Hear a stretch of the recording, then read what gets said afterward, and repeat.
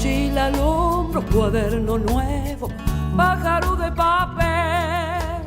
Se busca escuela que deje huella y abrigo. ¿Qué tal? ¿Cómo están? Les cuento que hoy vamos a hacer un programa con mucha reflexión, relaciones, asociaciones de ideas, intercambios, interrogantes, un programa que los va a dejar pensando. Vamos a ver escenas de dos películas. La actriz Vicky Almeida, Premio Cóndor 2019, nos va a leer un poema. Y aquí ya están con nosotros el doctor en educación Gustavo Ruggiero, es también profesor de filosofía.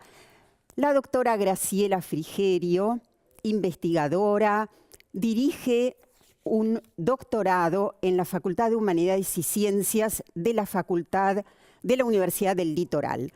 Y también estará con nosotros el licenciado en Psicología y psicoanalista Daniel Korinfeld. Nuestro tema, las instituciones y los oficios del lazo. Así lo presentamos.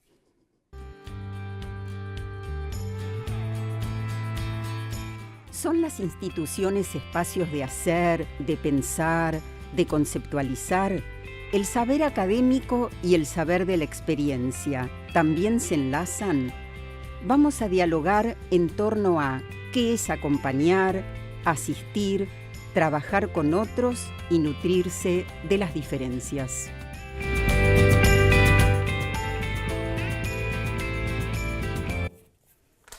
Aquí estamos, entonces, Daniel Korinfeld, Graciela Frigerio, bienvenidos ambos. Gracias. Se titula el programa, casualmente como el seminario que ustedes harán en pocos días, las instituciones y los oficios del lazo. Quizás sería interesante que exploremos un poco qué quiere decir, a qué llaman ustedes los oficios del lazo, cuáles son. Mirta me mira, tengo que contestar. Bueno, insistentemente. Insistentemente, me siento concernida. Bueno, en primer lugar, cuando te escuchaba recién en la apertura, me pareció que vos te acercabas mucho a una definición de los oficios del lazo, que en realidad es una expresión que nos tienta, porque hemos constatado, y seguramente muchos de los que nos ven y nos escuchan también, que uno ha hecho una formación, esa formación tiene un nombre de bautismo, sos maestro, psicólogo, trabajador social, fonoaudiólogo, 1000 nombres, y que los nombres de bautismo no terminan como de apresar, de aprehender aquello que las praxis hoy exigen poner en práctica, poner en acto y poner en reflexión.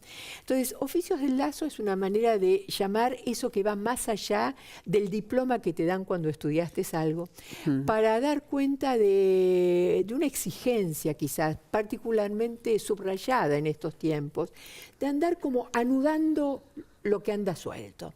Entonces, oficios del lazo tiene que ver con esto, con ese trabajo de enlazar, ¿viste? Cuando se dice, bueno, está disuelto el lazo social. Bueno, ¿quién se encarga de agarrar el lazo social y entretejerlo? El sujeto está medio perdido. ¿Y quién se encarga de relacionarlo con otros? Estamos viendo ahí el seminario que será dentro de muy poquito y muchos de los participantes seguramente se va a ahondar en estos temas. Y vos decías, tiene mucho que ver con la época, claro, es una época de tratar de bordar, ¿no? Exactamente. Hay un tema que me parece que es importante y es que estos oficios, estas prácticas vinculadas con la educación, con trabajo social, con salud también, nombrar los oficios del lazo es poner en el centro lo que sostiene esa práctica, que no hay ninguna de esas prácticas que no se estructure a partir del lazo con el otro. El lazo con el otro que puede ser el lazo con un grupo, y cómo se trama la red en una misma institución. Pero es como reforzar esa idea de que esas prácticas y esos oficios, lo central es cómo se sostiene la relación con el otro. Claro, y son prácticas humanas, sí, esencialmente. Y también relaciones con el saber. Viste que si cuando uno habla de educar, bueno, hay una manera de tramar un vínculo con eso que se ignora y que se quiere explorar. Quiero decir que tiene esa amplitud la idea en las prácticas culturales, ¿no? Es decir, en fin, nos pareció que era un genérico, que nombraba esto. Cuando uno habla de oficios, a veces lo relaciona con lo artesanal, con el puro hacer. Pregunto, ¿hay pensar en ese puro hacer o en ese tanto hacer? Bueno, justamente lo que tratamos de pensar juntos, y por eso es algo que todo el tiempo estamos invitando a hacer, es poder pensar estas prácticas, cómo se articula lo que podemos saber, lo que podemos aprender de la experiencia y cómo podemos transmitir algo de eso. Hay algo cada vez, de alguna manera, pero también hay un conjunto de saberes que nos van permitiendo hacer una transmisión. En ese sentido, esa es la invitación, cómo pensar nuestras prácticas. Hacemos mucho más de lo que sabemos que hacemos. Hay unas artes en las prácticas que tratamos de seguir repensando. Tratamos de estar, como decía alguien, tratar de darle dignidad a esas prácticas, ¿no? De ponerlas en un cierto lugar de relevancia, al mismo tiempo pensarlas. Claro, me imagino una balanza en la que el saber académico y el saber de la experiencia, bueno, tienen que irse equilibrando permanentemente. Vos sabés que es excelente lo que decís, porque cuando uno entra a la idea de oficio, tenés como dos caminos de entrar. Un camino es la idea de la producción artesanal. Todos los oficios que Daniel nombró tienen algo de que en cada ocasión lo tenés que reinventar, porque cualquier estereotipo, cualquier burocratización de la posición es una inhibición a la relación. Pero hay otra manera de entrar al concepto de oficio que tiene que ver, y esto es Agamben el que lo trabaja, él dice es algo donde se diluye esta división. No es que vos tenés la teoría por un lado y las prácticas por otro, sino que uno es el conjunto de lo que está siendo pensado y que trabaja, como bien decía Daniel, en el sostenimiento también de algo del orden de lo común y lo público. Y hay que ser consciente de eso es muy importante. Los voy a invitar a ver una primera escena de la película Joel, ¿sí? Es una película argentina, el director es Carlos Sorín, porque me parece que esta y otra que veremos después nos van a ayudar a pensar en las instituciones y en las comunidades hasta dónde realmente cobijan y cuándo no. Ahí vamos. ¿Permiso? ¿Sí? Hola. Adelante, por favor. ¿Cómo le va? Tome asiento. Gracias. Le mandé una comunicación. Sí, la leí. La leí, por eso vine. A ver, ¿por dónde empezamos? Tenemos dos temas a tratar.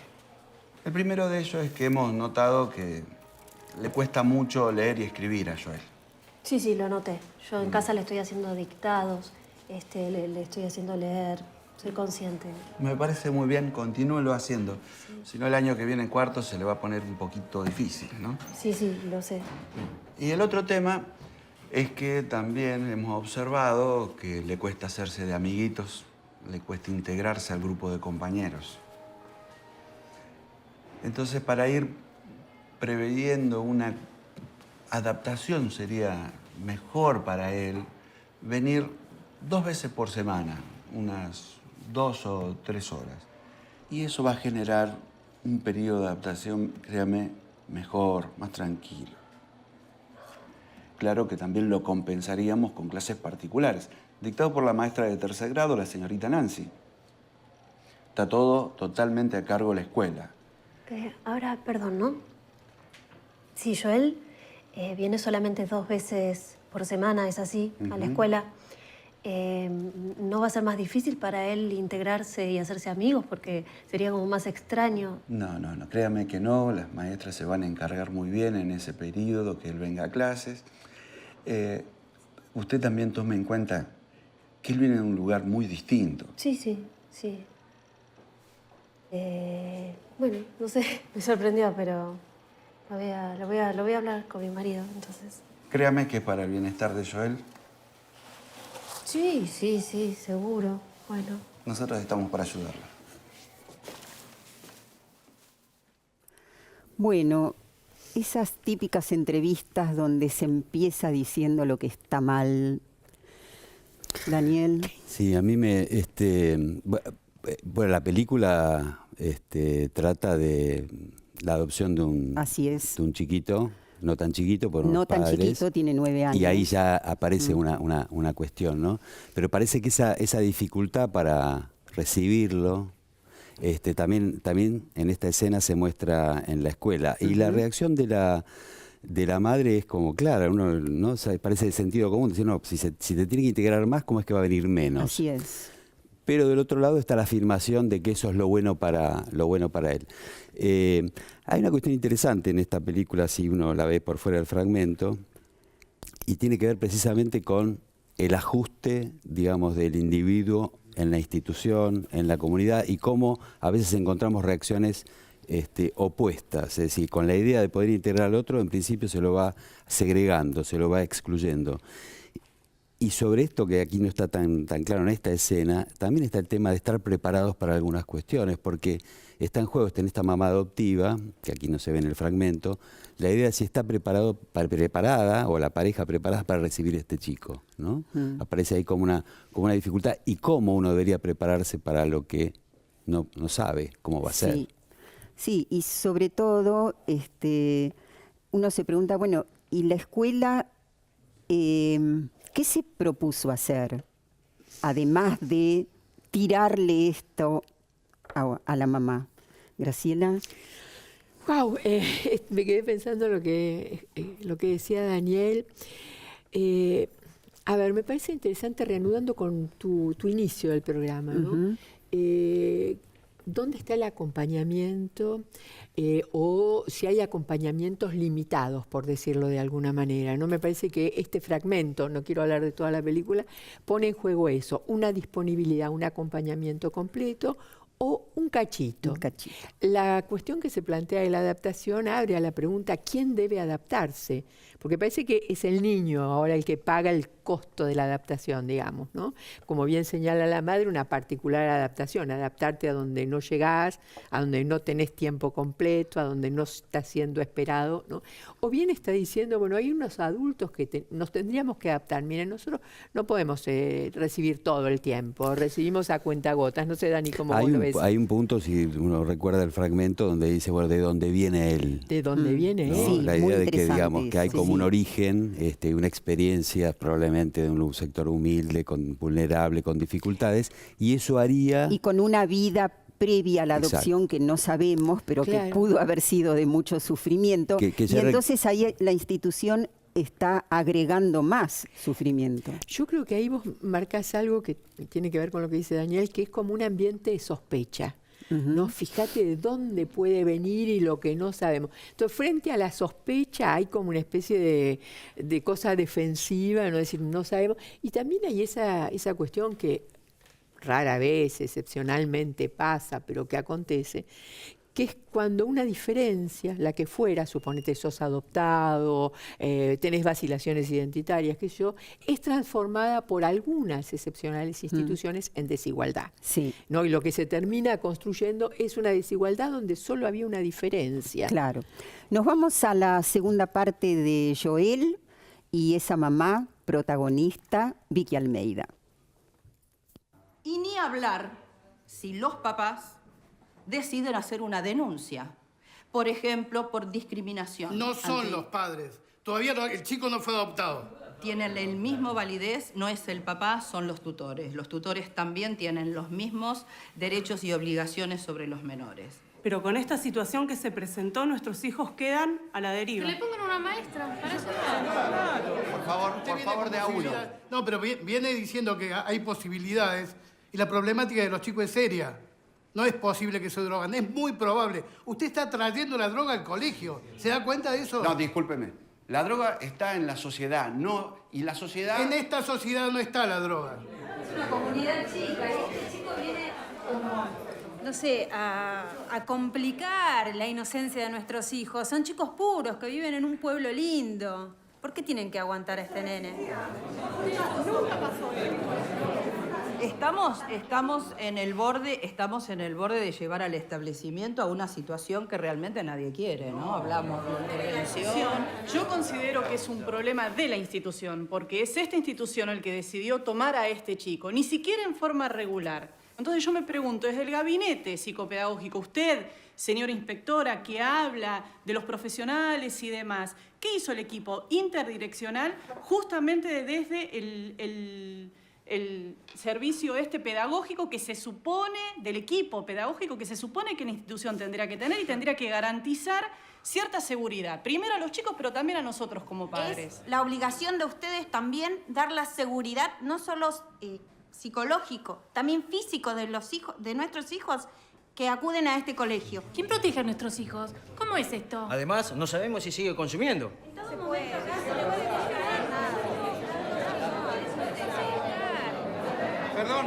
Perdón, señor.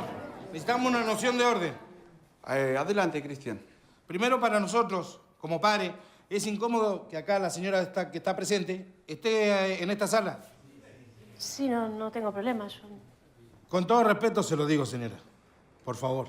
Y sí, porque el hijo de ella no es un alumno regular. Mientras nosotros sí, o sea, todos los padres, nuestros hijos están regulares. Por favor, si quisiera podría esperar en la dirección. Yo la acompaño.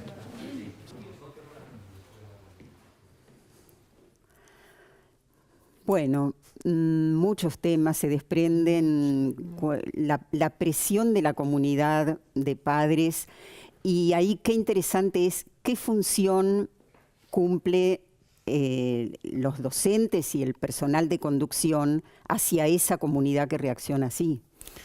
Es muy impactante, está muy bien filmada. Uno ha vivido alguna de esas pequeñas asambleas o reuniones de padres donde se ve este fenómeno de que en general se trata de localizar toda la problemática en un solo alumno, en un solo chico, focalizarla y de ese modo, casi al modo clásico del chivo expiatorio, ¿no? Ahí está la impureza y el resto está, como dices, una comunidad buena, limpia y linda, digamos. Sí, ¿no? Mi hijo no.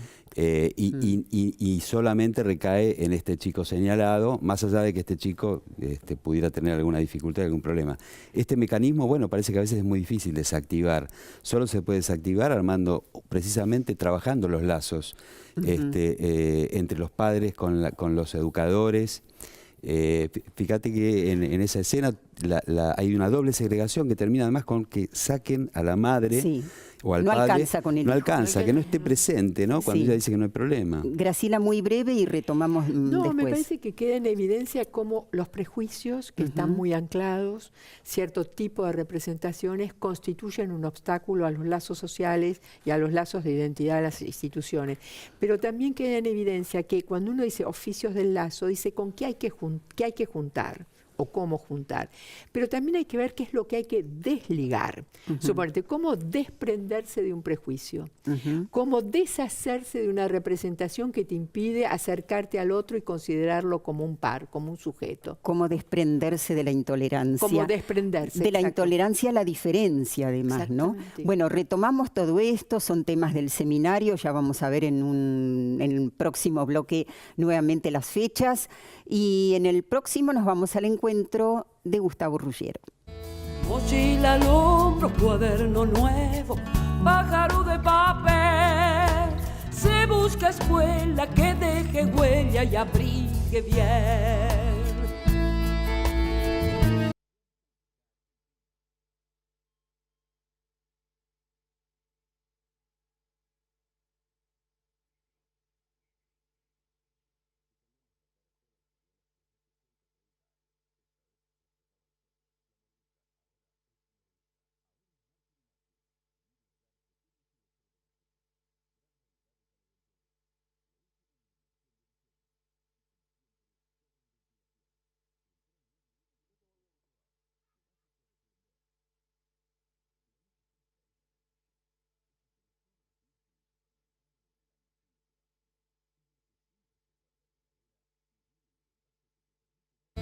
Mochila al hombro, cuaderno nuevo, pájaro de papel.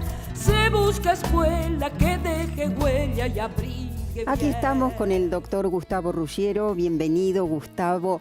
Tenés un recorrido interesante por las instituciones educativas cumpliendo distintas funciones. Contanos un poco. Bueno, muchas gracias por la invitación. Sí, he tenido la fortuna de formarme, o de, vamos a ponerlo entre comillas, caer en el sistema de enseñanza de educación pública como maestro, luego como profesor universitario en filosofía, luego poder hacer un doctorado también en la universidad pública. Y me encuentro trabajando desde hace muchos años en la formación docente. Antes que eso lo hice en el nivel secundario, en la zona noroeste del conurbano bonaerense, especialmente en José C. Paz, Malvinas Argentinas, San Miguel, actualmente Moreno, que es una zona que se ha transformado en un significante, ¿no? Así es. En un símbolo en sí mismo a partir de las desgraciadas muertes de Sandra y de Rubén el 2 de agosto del año pasado. Y entonces en este momento trabajo en esa región, en la formación de maestras y de maestros, de profesoras. También en el ámbito universitario hago investigación vinculada a la enseñanza de la filosofía más particularmente. Estás en la Universidad Nacional de General Sarmiento. Así es, sí. Leí un capítulo que escribiste en uno de los libros que vamos a dar de bibliografía y vos decís ahí que educar es un acto político. También señalás algo que muchas veces decimos, y es que la palabra política tiene mala prensa. Contanos un poco, ¿qué quiere decir esto de educar que es un acto político? ¿Por qué? Es una expresión que se ha vuelto un poco un cierto lugar común, ¿no? En el ámbito educativo. Creo que podríamos como abrir la expresión en varias dimensiones. Me gustaría remitirla al asunto del lenguaje, digamos, ¿no? En el sentido de que educar es un acto político porque es introducir a quienes llegan, digamos, ¿no? a nuestros ámbitos en común, a nuestras sociedades, es incluirlos en ese universo en común que es el propio lenguaje. Ahora, al mismo tiempo eso implica una tensión, porque al mismo tiempo que socializamos, vamos a decir así, ¿no? en sus distintas dimensiones y complejidades, al mismo tiempo ofrecemos la posibilidad o pretendemos que esa oferta sea emancipatoria. Pero parece ser que las dos cosas al mismo tiempo no se llevan bien, digamos, ¿no?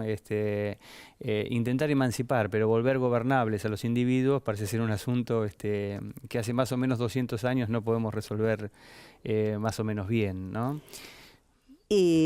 También de alguna manera quiere decir que implica formar ciudadanos. La escuela tiene esa función. Me gusta pensar justamente a la escuela en ese doble movimiento, un movimiento que convoca la palabra política bajo el nombre ciudadanía, fundamentalmente.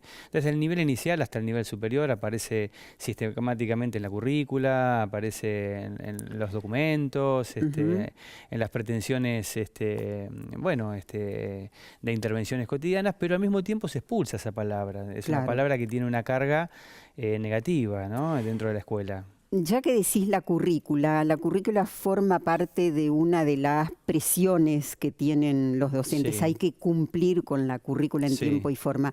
Voy a compartir con vos una imagen, es un dibujo en el que, estamos viendo enseguida un maestro que está muy tironeado, como seguramente están muchos docentes y muchos profesores. Acá está tironeado por un lado por los colegas, por los supervisores, por el país, por los programas.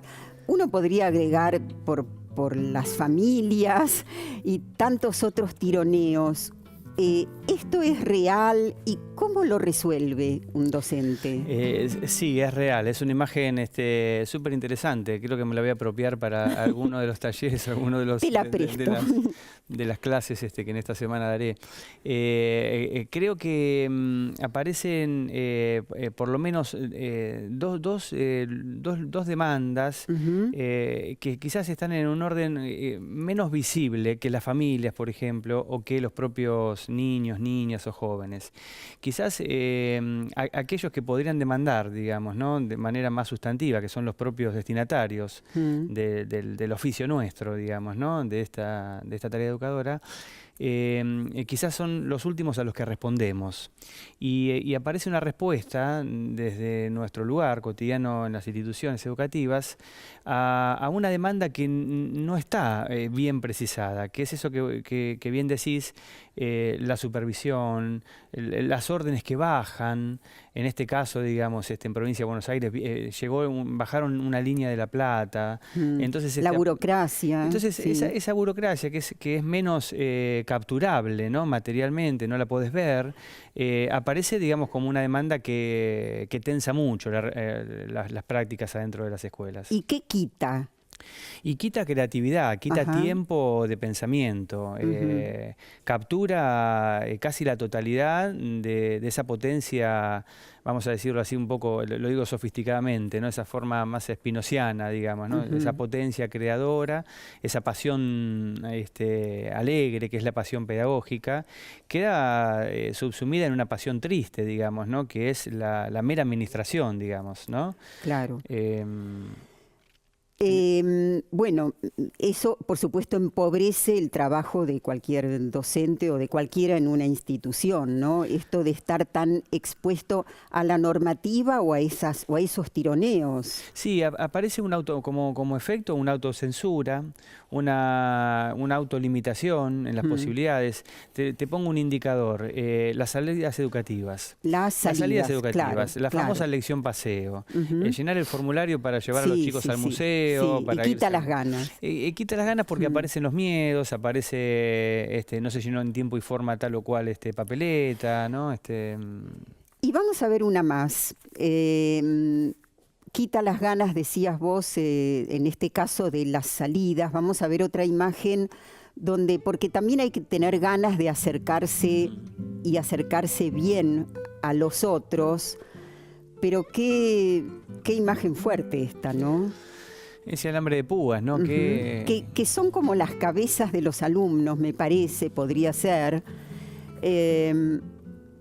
O un cerco que distancia, o ¿no? Un cerco, así es. Un cerco, algo así, podríamos decir, un lugar al que no se puede entrar o del que no se puede salir, digamos, ¿no? Y en todo caso, digamos, si esa figura, la del hombre, es algo así como un profesor o un educador, es alguien que quizás no deja salir todo lo que tiene de sí, digamos, ¿no? Y que tampoco permite el acceso. Que me gusta ponerlo como lo dice Laurence Cornu, ¿no? Bajo la forma de la confianza, ¿no? Claro. Cómo construir confianza en las relaciones pedagógicas. Bueno, ahí se hace difícil en esa imagen pensar que se pueda construir confianza frente a un profesor que parece que tiene más miedo que otra cosa de aproximarse a los otros y construir algún tipo de vínculo. Entre otras cosas, a mí la filosofía me ha permitido tomar en consideración cosas muy elementales, ¿no? De nuestra condición humana, ¿no? En este caso, el conocimiento de sí mismos, digamos, ¿no? Este es un oficio que además de intentar, digamos, ¿no? Poner bajo la lógica de una trama, un lazo, digamos, ¿no? Al mismo tiempo es un oficio de trabajo consigo mismo, digamos, ¿no? Claro. Algo así como un trabajo en tres dimensiones, un diálogo hacia afuera, hacia los demás, un diálogo consigo mismo y podríamos decir, como lo dice un poeta mexicano que ahora no recuerdo el nombre, un diálogo con los muertos, es decir, con la tradición, digamos. Con ¿no? la tradición. En esos tres registros es interesante pensar nuestro trabajo de, conocimiento cotidiano. Es penoso perdernos semejante oportunidad, digamos, así ¿no? es, Existencial. Así es. Bueno, te quedás con nosotros en el próximo bloque. Vamos al encuentro de Graciela Frigerio y Daniel Corinfeld. Mochila al hombro, cuaderno nuevo, pájaro de papel. Se busca escuela que deje huella y abrigue bien.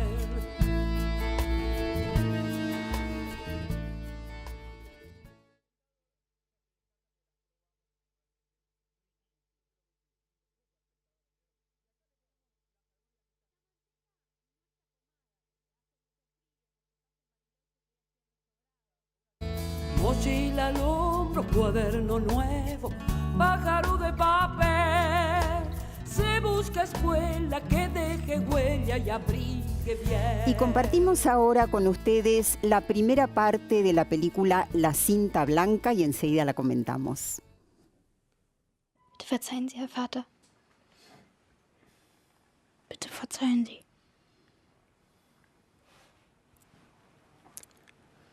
Niemand an diesem Tisch hat heute Abend etwas gegessen. Nachdem es dunkel geworden ist und ihr nicht aufgetaucht seid, ist eure Mutter weinend im Dorf herumgelaufen, um euch zu suchen. Glaubt ihr, dass wir fröhlich essen und trinken im Glauben, euch sei etwas zugestoßen? Glaubt ihr, dass wir jetzt essen und trinken können, wo ihr hier auftaucht und uns Lügen als Entschuldigung auftischt?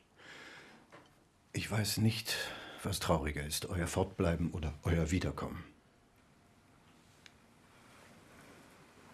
Wir werden heute alle hungrig zu Bett gehen. Eure Mutter und ich werden heute eine schlechte Nacht haben, weil wir wissen, dass ich euch morgen wehtun muss und weil uns das mehr schmerzen wird als euch die Schläge.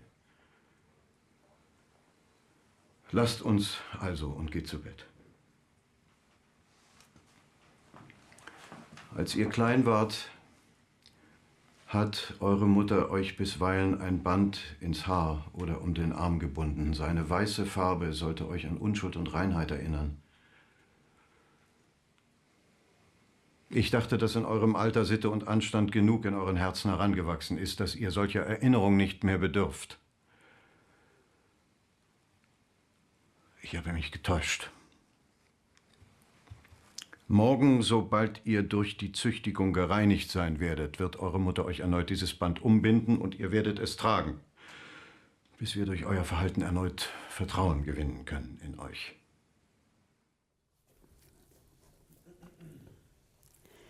Qué impactante es escuchar una sola voz en la escena. Ninguno de los chicos abre la boca. Daniel. No pueden hablar, no tienen permitido hablar. Esta película, bueno, esta es una de las escenas fundamentales donde plantea el tema de la cinta blanca, que es la cinta de la impureza, ¿no? Pero es una escena de una gran severidad. De crueldad casi. De crueldad, ¿no? Donde está en juego la anticipación de un castigo físico, que era parte de la pedagogía y la educación y la crianza de la época. Y realmente es un momento fundamental para entender el clima de la película y lo que plantea, ¿no? Graciela. No, estaba pensando en relación también con todo lo que veníamos hablando, ¿no? Y estos, cuando Gustavo hoy decía, bueno, también hay un diálogo con los que estuvieron antes, ¿no? Estos antecedentes de ciertas pedagogías epocales que se sostenían en el castigo del otro, ¿no? En un castigo que se ejecutaba en nombre del bien del otro, ¿no? Porque él dice, es por tu bien que te tengo que pegar, ¿no? Y recordaba que justamente María Paulina Mejía, que va a estar con nosotros, ella hizo una tesis a propósito de por qué los grandes castigan a los niños. Porque uno podría pensar que esta es una práctica que ya pasó, pero en algunos lugares todavía sigue siendo una práctica, ¿no? Y María Paulina indagó por qué, ¿no? Es muy interesante ver el discurso de los grandes cuando cometen actos así de penalización de esta violencia física sobre los chicos. La justificación. La justificación. Sí, en tiempos en los que se habla, por ejemplo, de la pedagogía de la ternura. En tiempos en los que se habla de la pedagogía de la ternura, pero en tiempos donde también se considera que hay algo que a los grandes, ¿no?, los saca de sí. ¿No? Y entonces, bueno, me parece que eso que saca de sí, que tiene a veces la violencia física y a veces también la violencia simbólica, ¿no? Claro. Es decir, una mirada de desprecio, una mirada de humillación, son cuestiones que imponen así Crueldad que a veces se puede ver en la institución familiar, pero que también a veces sostiene toda una comunidad, ¿no es cierto? Ya te doy la palabra, pero vemos antes la segunda parte de la cinta blanca.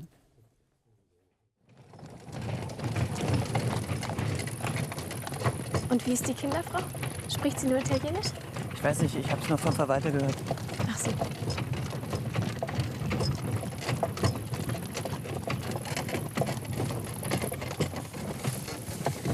Wo fährst du hin?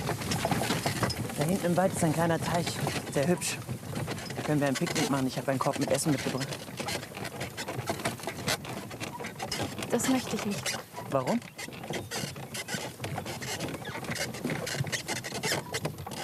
Was ist los? Nichts. Bitte. Aber ich will nichts Unstatthaftes von dir. Ich wollte dir nur eine kleine Freude machen mit dem Essen. Bitte.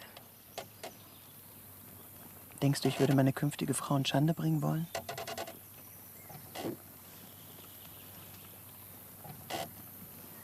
Ist gut. Ich drehe da vorne um.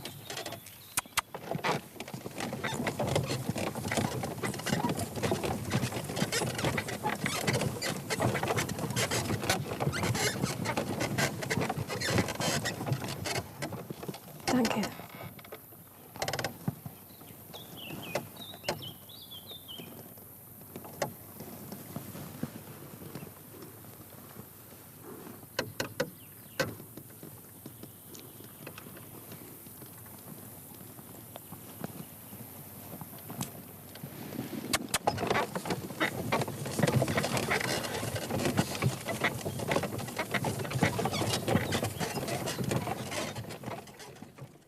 Bueno, la misma película, otra escena. Gustavo. Una escena mucho más tierna, podríamos decir, ¿no? Más amigable, pero al mismo tiempo cargada de tensión, ¿no? De una tensión que no sabemos para dónde se resuelve, ¿no? Qué es lo que está dando vueltas, digamos, ¿no? ¿Cuál es? Me hizo pensar en relación a lo contradictorio del deseo, en relación a cómo se traman los vínculos amorosos, en un contexto seguramente como es el de la propia película, de una moral muy rígida, de unos condicionamientos en torno a lo expresivo, a la posibilidad de la construcción del vínculo amoroso, digamos, ¿no? Justamente. Hay un acercamiento y una distancia, ¿no? Ese juego permanente que entiendo que es el juego del amor también, ¿no? Pero al mismo tiempo allí se ve con una dramática, nada, que nos deja un poco tensos, ¿no? Claro. Daniel. Es una de las escenas, quizás la única, que plantea cierta ternura dentro de una situación de crueldad de toda la película. Entonces, por cierto, el varón es el maestro, es la voz que cuenta, que es el único que ofrece en esa película un relato de cierta esperanza, justamente, ¿no? Y lo que está ahí, efectivamente, es una moral puritana muy fuerte sobre lazos muy rígidos, rígidos y planteados como en una versión excesivamente autoritaria y no de autoridad, ¿no? Sí, que uno podría trasladar perfectamente a las instituciones, a la institución educativa. Seguramente mucho de esto ingresará en el seminario que ustedes van a hacer junto a otros colegas. Graciela, vos en un momento hiciste referencia a cómo un sujeto se relaciona con el saber. Y vamos a escuchar a Vicky Almeida, protagonista de Joel, la película que vimos en el primer bloque, Premio Cóndor 2019, nos lee justamente un poema.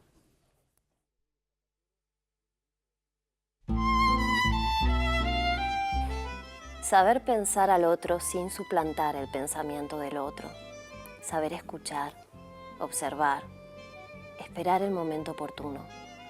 Callar, elaborar, tomar la palabra, recibir, alojar, confiar, proponer, invitar, dar tiempo. Ofrecer algo significativo, respetar el rechazo, insistir en la oferta, perseverar en las búsquedas, buscar materiales para hacer andamios, buscar materiales para umbralar, objetos para catectizar, fronteras a deconstruir, proponer ritos de pasaje, dejar partir, eventualmente saber irse. Saber renunciar al beneficio secundario, no renunciar a intentar otra cosa, esperar sin desesperar, esperar a intervenir, estudiar. Saber dejarse conmover, alterarse sin descriteriarse. Sostener equilibrios inestables, preguntarse, estar atento a los afectos, considerar los efectos. Saber sobre el límite sin volverlo coartada.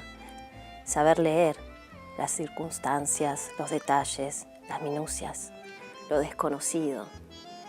Saber tomar distancia de los discursos políticamente correctos pero inexactos. Saber evitar el conformismo, saber destejer las trampas de la época, hablar diversas lenguas, saber sobre lo que no se quiere saber. Saber que el deseo de saber es registrado ocasionalmente como amenaza. Saber tejer entre saberes. Saber retomar el camino del mundo sin temer ser extranjero. Graciela Frigerio.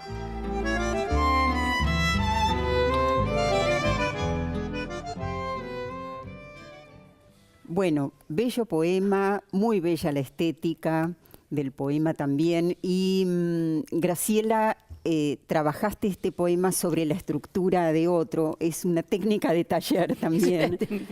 Sí, yo había leído unos escritos de una escultora, una artista, de Louise Bourgeois, que siempre me impresionó por las cosas que produce, por la manera en que es capaz en esculturas de pequeña dimensión o monumentales de volver visible cosas que acontecen en las prácticas. Ajá. Y ella había escrito en su diario algo que yo cuando lo escribí advertí que tomaba de ella esta estructura, ¿no? Me pareció que daba a pensar para los oficios del lazo si uno inspirándose en ella, lo desplazaba, ¿no? Y cada uno podría tomar un verso, digamos, porque todos dan lugar a mucha reflexión. Yo solo voy a decir, saber intervenir tiene que ver con algo que en algún momento ustedes dijeron, que es la oportunidad que da la escuela y saber intervenir para también saber aprovechar esos momentos. Daniel. Sí, sin duda, y me parece que hay varias frases de ese poema que podrían representar claramente, o si hubiera algún decálogo de lo que son los oficios del lazo, muy en contrario de los fragmentos que vimos de las películas, uno también podría decir, bueno, son formas de decir saber escuchar. Son formas de decir, saber estar al frente y en relación a otros, ¿no? Gustavo. Sí, en línea con esto último que dice Daniel, justamente, me parece que me impacta la narración en su conjunto, pero principalmente cómo comienza, ¿no? Intervenir sin sustituir, digamos, ¿no? Claro. La voz del otro, que es aún desde una pedagogía de la ternura, aún desde una pedagogía emancipatoria, aún desde las mejores intenciones, suele ser nuestro deslizamiento más frecuente, digamos, ¿no? Esa sustitución.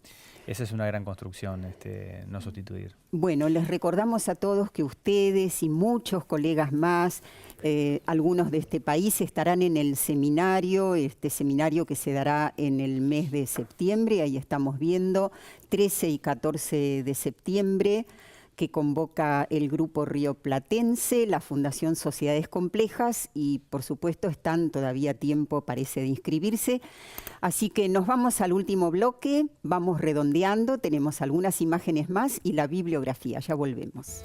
Mochila al hombro, cuaderno nuevo, pájaro de papel, se busca escuela que deje huella y abrigue bien.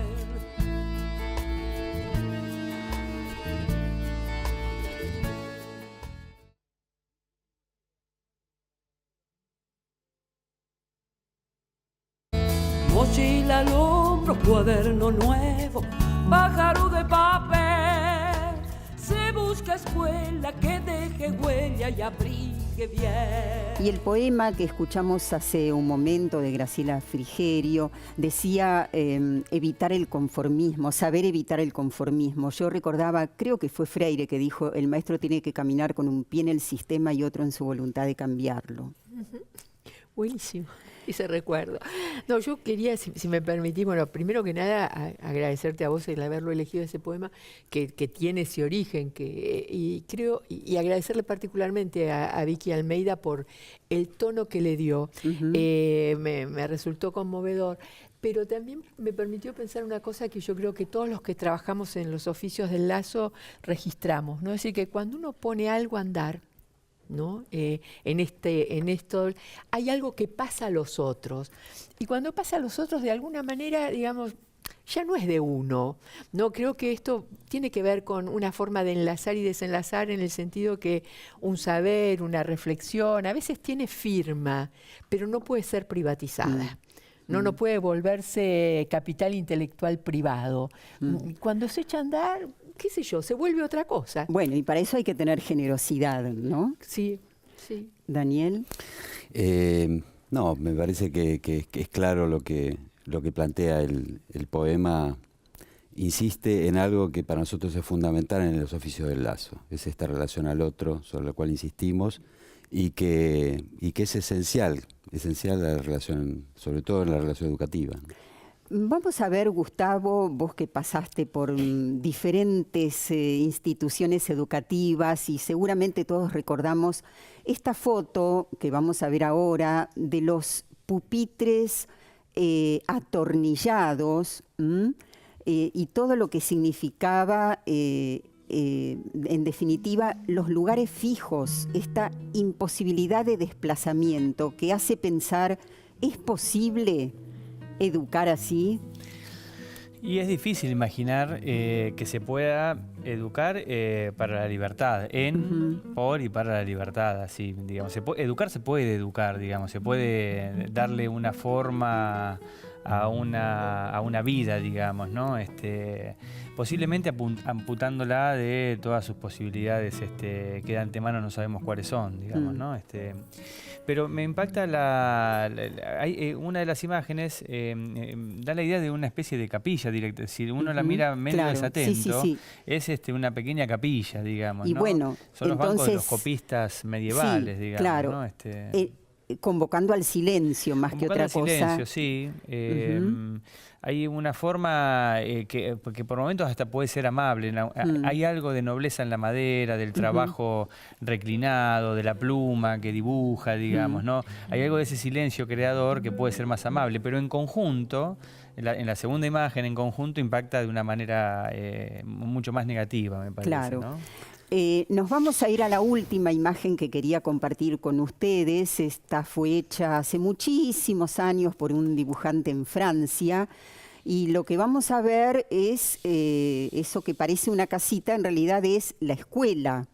Y de la escuela, fíjense cómo salen las ovejitas, todas iguales. ¿Qué se pierde ahí, Daniel? Yo relacionaría la anterior con esta y diría que hay que matizar algo. No se puede educar hoy en esos pupitres, pero se pudo educar en un cierto tiempo histórico de ciertas maneras. Finalmente, muchos de nosotros estuvimos en esos pupitres también. Así es. Entonces digo, hay algo del tiempo histórico y es algo del lazo, más allá de otras condiciones del momento histórico, lo que hace que sea una educación de rebaño o sea una educación para todos y también para cada uno. Claro. Y pensar entonces singularidades y que de lo que se trata es de nutrirse de las diferencias, que las diferencias sean bienvenidas y no que todas tengan que salir en serie, ¿no? Sí, no, me parece que hay algo en la institución, pero también hay algo en cada docente, y en la trama de docentes que arma otra cosa con sus alumnos. Nos tenemos que despedir última.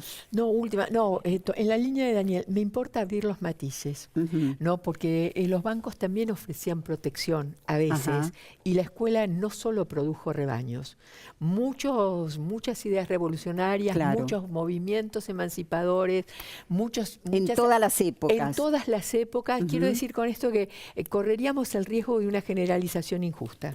Bien, bibliografía, comparto con ustedes y sobre todo con ustedes. Ahí vamos a la primer propuesta, las instituciones, saberes en acción, aportes para un pensamiento clínico. Los coordinadores de los 3 libros que vamos a ver, saberes de los umbrales, este segundo y el último, trabajar en instituciones, los oficios del lazo. Los coordinadores, les decía, son Graciela Frigerio, Daniel Korinfeld y Carmen Rodríguez. Y hay un capítulo tuyo, Gustavo Ruggiero, creo que en el último, en Saberes de los Umbrales. Gracias otra vez. A ustedes, hasta la próxima semana. Mochila al hombro, cuaderno nuevo, pájaro de papel. Se busca escuela que deje huella y abrigue bien.